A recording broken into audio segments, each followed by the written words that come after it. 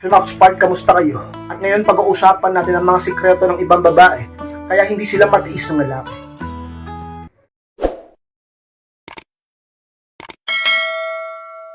At kung handa na kailangan po tayo at muli, be inspired.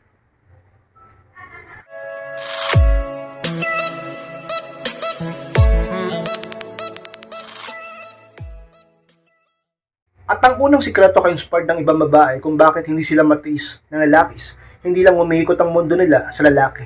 Yan ang unang sikreto ng ka-inspired. Na dapat nyong gayahin at dapat nyo talagang gawin. Dahil kung magmamatigas ka at gagawin mong mundo ang partner mo at ibubuhos mong lahat ng pag-ibig mo sa lalaki, ay siguradong sa pinakahuli ikaw lang din ang masasaktan, mawawalan at iiyak. Gayahin nyo sila ka-inspired. Kung tingnan nyo yung ibang babae na talaga namang hindi binubuhos ang lahat sa lalaki, hindi binubuhos ang lahat sa relasyon, at talaga namang hindi nababalaw sa partner nila. Sila pa yung laging talaga namang tumatagal, sila pa yung laging minamahal, at talaga namang hindi matiis ng partner nila. Ganyan yan ka-inspired. Dapat marunong kayo ng game, marunong kayo ng diskarte kung paano nyo talaga namang laging makukuha ang emosyon at damdamin ng partner nyo. Paano nyo makukuha lagi ang talaga namang isip ng lalaking mahal mo para sa iyo, upang hindi siya maagaw ng iba at hindi siya mapaibig ng iba. 'Di ba? Pag hindi mo siya ginawang mundo mo, ang lalaki ang gagawing mundo ka.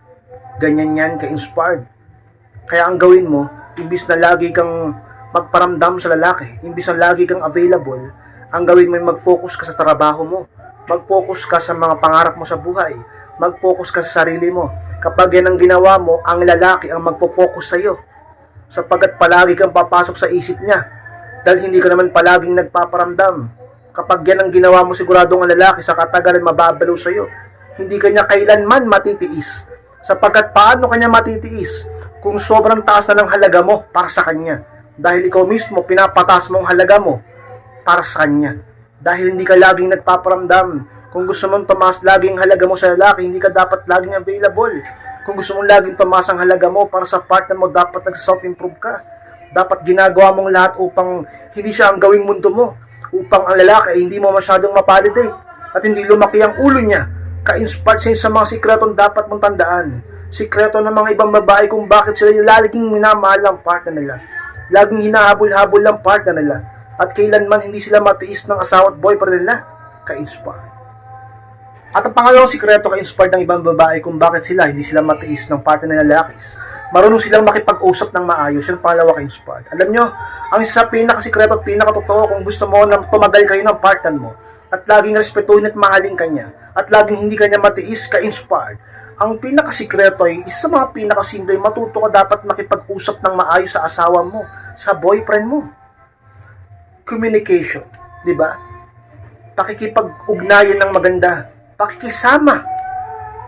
Alam nyo, isa sa mga akala nyo, wala-wala lang yan. Akala nyo, simpleng usap lang yan. Akala nyo, pakikipag-usap lang yan. Hindi.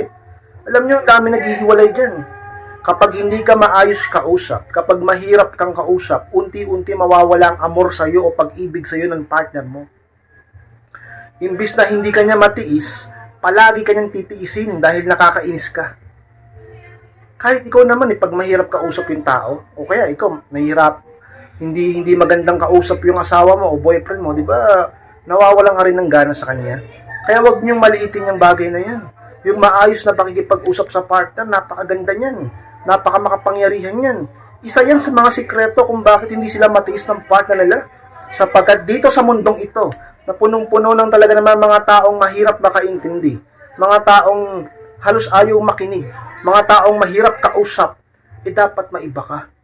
Stress na yan sa mundong ito, sa trabaho niya, sa mga taong nakakasalamuha niya.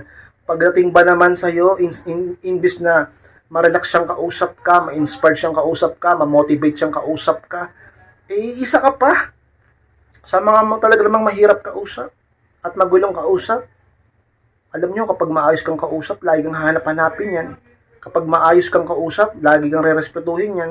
Palagi kang hahanapin, palagi kang mamimiss. Palagi niyang gugustuhin kasama ka. Palagi niyang gugustuhin mag-share ng mga bagay-bagay sa'yo. Mas lalo kanyang mamahalin, papahalagahan kanya sa buhay niya. Pag gano'n, matitiis ka ba niya? Yan ang sikreto, ka-inspired. Gawin mo na ganyan ang sarili mo. Matuto kang makinig at makipag-usap ng maayos sa partner mo upang hindi kanya kailanman matiis sapagkat papahalagahan kanya ng sobra. Siya sa pinakagusto ng lalaki sa mundong ito, sa isang babae, ka-inspired.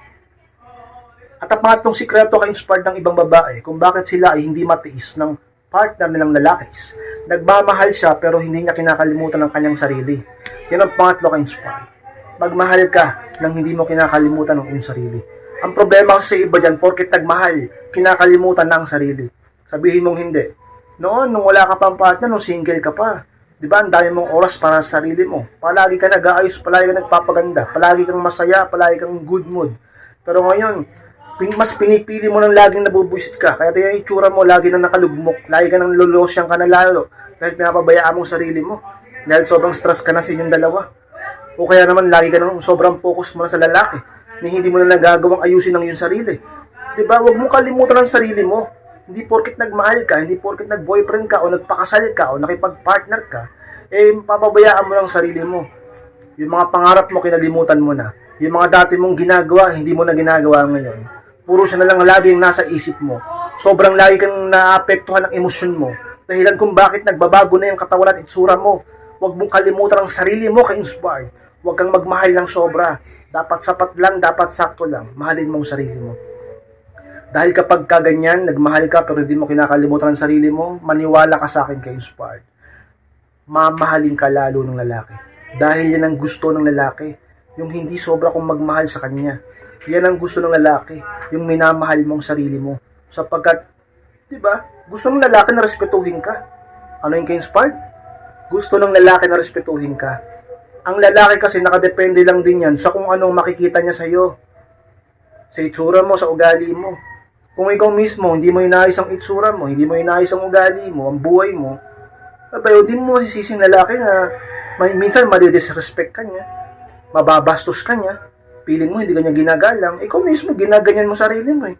Kung gusto mo ng boyfriend mo o mister mo ay mahalin ka, respetuhin ka o ipagmalaki ka pa, at ingatan at hindi ka pa matiis, at mas lalo ka pang lambingin ka pa, talaga namang ka-inspired. Alagaan mo ang sarili mo. Magmahal ka, okay lang naman magmahal eh. Pero hindi naman sinabing porket magmahal ka, kalimutan mo na sarili mo. Dati, pabili-bili ka pa ng mga skincare mo. Dati, lahat ng gusto mong sa sarili mo, ginagawa mo. Basta hindi lang din masama.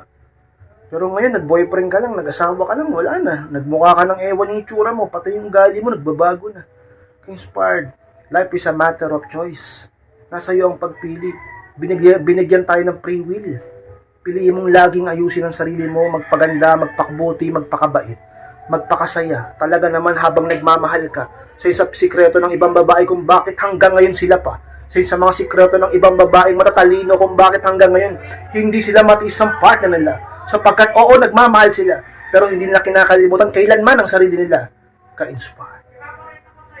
At ang pang-apat na sikreto ka-inspired kaya talaga naman ng ibang babae ay hindi sila matiis ng lalaki.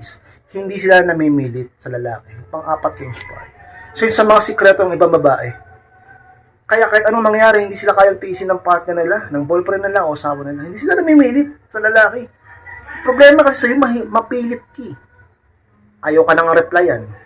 O ayaw kang i-text, ayaw kang i-chat. Ayaw sugutin yung tawag mo, ayaw kang kausapin, nilalayuan ka, tinataguan ka, binabaliwala ka, tinitiis ka, sapagkat ganyan ka. Huwag kang mapilit, magpakababae ka. Tandaan mo, babae ka. Hindi ka dapat naghahabol sa lalaki. Mapilit ka masyado eh. Sabi ng iba kay Inspired, di mo kami naiintindihan, nagmamahal kami, umiibig kami, namimiss na namin yung partner namin. At saka meron kaming ganito, meron kaming ganyan. Oo nga, pero mas lalo yung lalayo sa'yo. Ano yung ka-inspired? Mas lalo yung lalayo sa'yo. Pag pinipilit mo. Pag pinipilit mo yung sarili mo, o kung sakaling balikan ka, kung sakaling magparamdam sa'yo, kung sakaling magkais kayo, anong gusto mo? Dahil lang sa awa? Dahil lang sa awa? Dahil lang sa naawa siya sa'yo?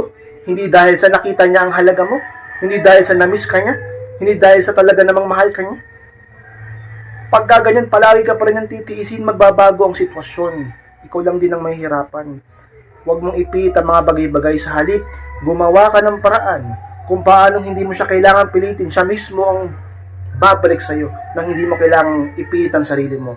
Ka-inspired, paano yun? Kung ayaw niya na magparamdam sa'yo, kung meron siyang iba ngayon, kung ipinagpalit ka niya sa iba, kung kasama siya ng kabit niya, kung nakipaghiwalay siya sa'yo, kung gino-ghost ka niya, hindi siya nagpaparamdam, nagno-no contact rule siya sa'yo, o sabihin natin ka-inspired, binabaliwala ka, tinitiis ka, huwag mong habulin. Hayaan mo siya. Mag-no contact ka rin sa kanya. Huwag mo siyang kontakin. Huwag mo siyang habulin, huwag mo siyang kausapin. Layuan mo siya. Magsimula ka ulit sa buhay mo. Ayusin mo ang sarili mo. Hindi yung puro lang siya laging iniisip mo. Hintay ka ng hintay dyan na wala ka namang hinihintay dyan. Ka-inspired. Pag ang lalaki ay talaga namang hindi mo na masyadong iniisip o masyadong hinahabol, yan ang babalik sa'yo. Pag nakita niya, teka lang, parang dati ang kulit-kulit nito ah. Teka lang, dati habol ng habol to ah. Panay call, panay miss call, panay chat, panay text, at pumupunta pa sa bahay, kinakausap pa yung tropa ko, kinakausap pa yung barkada ko, nakikiusap pa sa magulang ko para magkaayos kami, para lang kausapin ko siya. Pero ngayon wala na. Nawala siyang parang bula. Ano nangyari sa babae na yun? Nasaan na yung babae na yun? Hahanapin ka din niya. Magka-curious yan, magtataka yan. Magiging misteryosa ka para sa kanya. Sa katagalan, mapupuno ng katanungan ng utak niya. Hanapin ka din yan, huwag kang maghabol, mag-no contact ka kung kailangan. Kung hindi siya nagpaparamdam sa'yo, huwag ka rin magparamdam sa kanya. Kung hindi siya nagre-respond sa'yo, kung hindi nagre-reply, ganun din ang gawin mo. Kung talaga namang parang wala siyang pakialam sa'yo, dapat parang wala ka rin pakialam sa kanya. Kung talaga namang binabali, wala ka niya, tinitiis ka niya, ganun din ang gawin mo sa kanya. Upang sa katagalan ka inspired. Sa katagalan, malalaman mo totoo, babalik at babalik yan sa'yo. Ang value ay hindi pinipili. Ang attraction ay talaga namang hindi pinipili yan. Kusa itong nararamdaman. Pag naramdaman niya na kailangan ka niya, pag naramdaman niya na mahal ka niya, sapagkat binigyan mo siya ng panahon upang maramdaman yon, hindi ka rin niya matitiis. Yan ang sikreto ng iba. Hindi nila pinipitan sarili nila.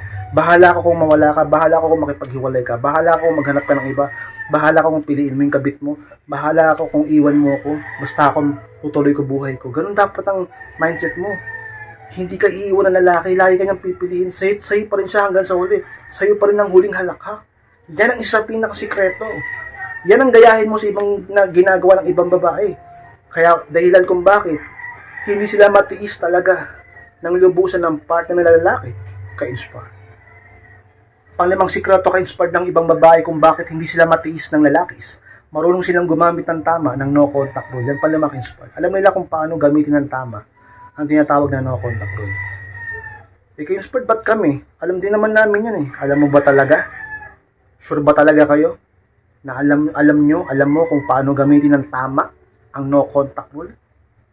Diba, alam nyo, ang paggamit ng tama ng no contact rule, habang naka-no contact rule ka sa lalaki, dapat, totally talaga, as in, 100%, hindi ka magpaparamdam sa kanya. Hindi ka magpapapansin, hindi ka magpapatama, diba, hindi ka magpapakita, hindi mo siya re-reply, hindi mo siya kakausapin. At, isa pa sa mga tamang paggamit ng no contact rule, habang naka-no contact rule ka sa kanya, sinasabayan mo ng self-improvement. Hindi yung naka-no contact rule ka lang, hintay ka lang ng hintay kung kailan siya mababalo o babalik sa'yo. Dapat habang naghihintay ka, nagno-no contact rule ka, habang hindi kayo nag-uusap, hindi pa kayo nagkakaayos, inaalagaan mo ng itsura mo. Binabalik mo ng alindog mo. Nag-exercise ka na, bumibili ka na ng mga pampaganda, nag-skincare ka na, nagsasalon ka na, bumibili ka na ng mga kailangan mo upang mas lalo kang gumanda. Inayos mo na yung katawan mo, yung sarili mo, yung buhok mo, yung amoy mo, lahat sa'yo. Nag-self-improve ka habang naka-no contact rule. Diba?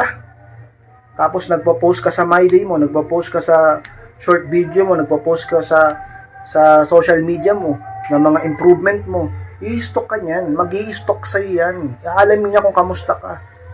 Nang palihim. Diba? Pag nakita niya, wow, nag-improve, gumanda, sumeksi, umayos ang buhay. Hindi ba siya magsisisi pagka ganun? Tapos hindi ka na naghahabol.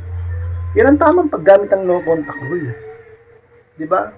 At tapos kapag ka nag no contact rule ka, hindi porket nag-message na siya, minsan kasi patibong lang yan eh. O tinetest ka lang. O gusto niya lang malaman kung mahal mo pa siya. Magmangangamusta kunwari, magme-message kunwari, pero totoo, inaalam niya lang. Gusto lang niya ng validation. Huwag mo replyan agad. Kahit magparamdam na siya, huwag mo agad replyan. Hayaan mo siyang maghirap, hayaan mo siyang maghabol, magpa-hard to get ka, kahit bumabalik na siya sa'yo after ng no contact rule mo. Hanggang sa mapatunayan niya sa kanyang sarili na dapat na siyang magseryoso sa'yo at hindi na umulit. At gawin lahat para mabalik ka lang. Ka-inspired sa mga sikreto ng ibang babae kung bakit sila kailanman na hindi matiis ng partner nila, ng isang lalaki. Dahil sila ay talaga namang marunong gumamit ng tama ng no contact rule sa lalaki. Ka-inspired. Ka-inspired, maraming salamat po sa pagtapos ng vlog nito. Kung kalimutan na mag-like, comment, and pakishare na rin ng video na ito upang makatulong tayo sa ibang tao at sa mga hindi pa po nakaklik ng subscribe. Click nyo po subscribe, mag-subscribe, click po notification bell upang malaman nyo pag may bago kong upload dito sa aking YouTube channel. Sa mga gusto magpa-coaching o magpa-advise, humingi sa akin ng payo one-on-one, may susunod po ako sa akin Facebook. Get nyo ako sa akin Facebook, yung profile picture ko, search nyo yan. At kapag hindi nyo makita yung sa FB, dahil yung iba, di rin makita yan, sa Messenger, Aldin Gapa, search sa Messenger, Aldin Gapa, check nyo ako mismo yung mag-verify sa inyo. Maraming salamat mga ka-inspired, mag-ingat kayong lahat at mahal ko kayo. At muli, be inspired!